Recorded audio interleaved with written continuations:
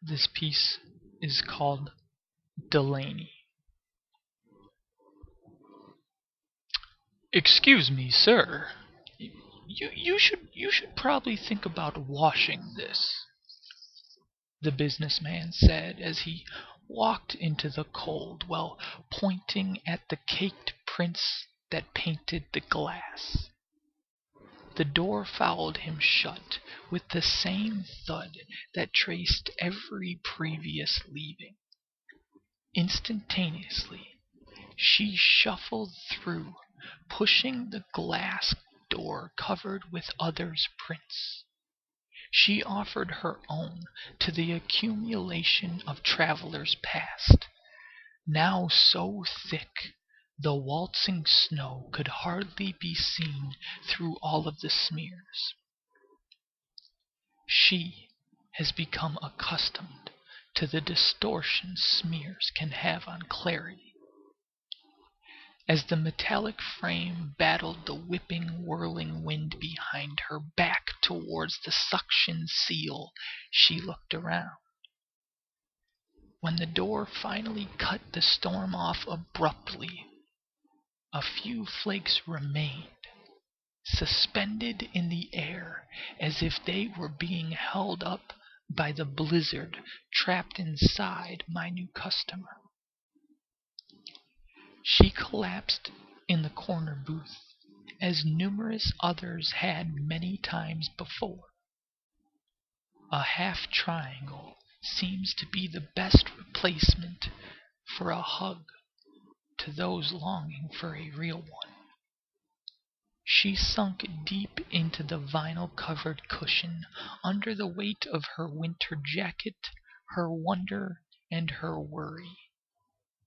She has learned to taper one with the other. This conflicting equilibrium has dragged her to all-night diners just like mine many times before.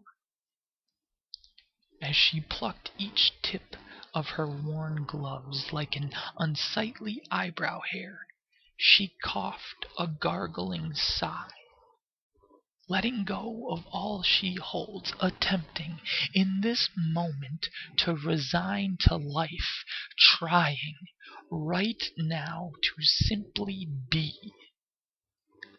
I approached her, adorned in my stained apron, carrying a soothing pot of coffee.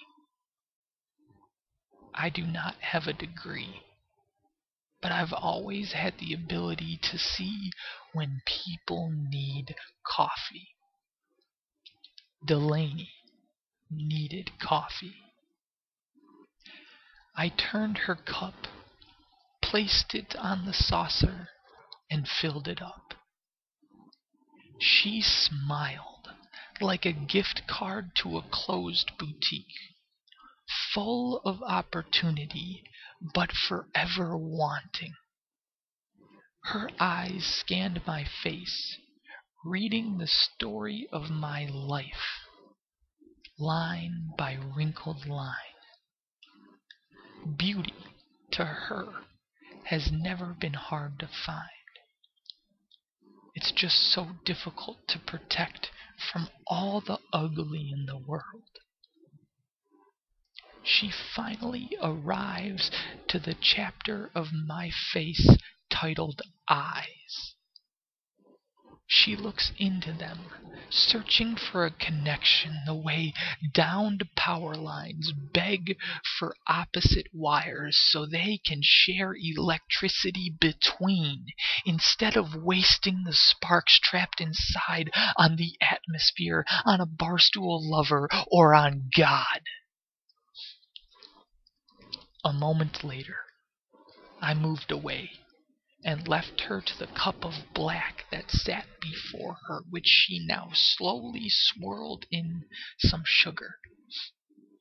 She has become accustomed to bringing sweetness into the bleak darkness. It's easy to dance when no one can see you. She strides with the northern lights and silence. Even the stars can't be as celestial as she is just by being. At my station, I lean above the 2-day-old carrot cake, a moldy eclair, and the best-looking apple pie. I notice that she sat as overcooked crust, strong and beautiful when encircled, but brittle and flaky when alone. I stood at my hospitality post, trying to occupy my time and consume my attention with dish drying and wringing my hand. I was always better at that than a wedding band could ever be. You should know, I have experienced nights like this with patrons like her many times before. I know how it ends. She will remain for as long as she needs, the way laundry on clotheslines cannot be rushed to drying. It becomes ready when you are not looking.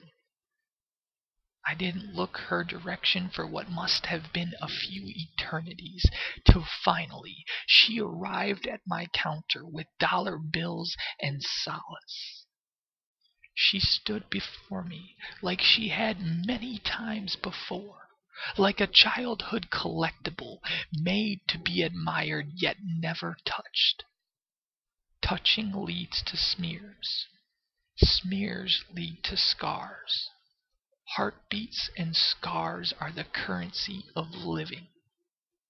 She has lived enough for the both of us. I waved her a gesture, insisting that she had already paid enough simply by being. She let a spark ignite from her smile, a conduit of happiness. But just before she turned to leave me, Delaney looked down and mumbled honestly, "It's not the lonely that makes me sad," she insisted. "It's the knowing that alone is the only time I feel whole." She then spun around as if her jacket was a ball gown and shouldered out the door, doubling her fingerprints. She left them on the glass as a gift, same as the traveler's previous. I guess the glass could use to be washed. It has been touched an awful lot.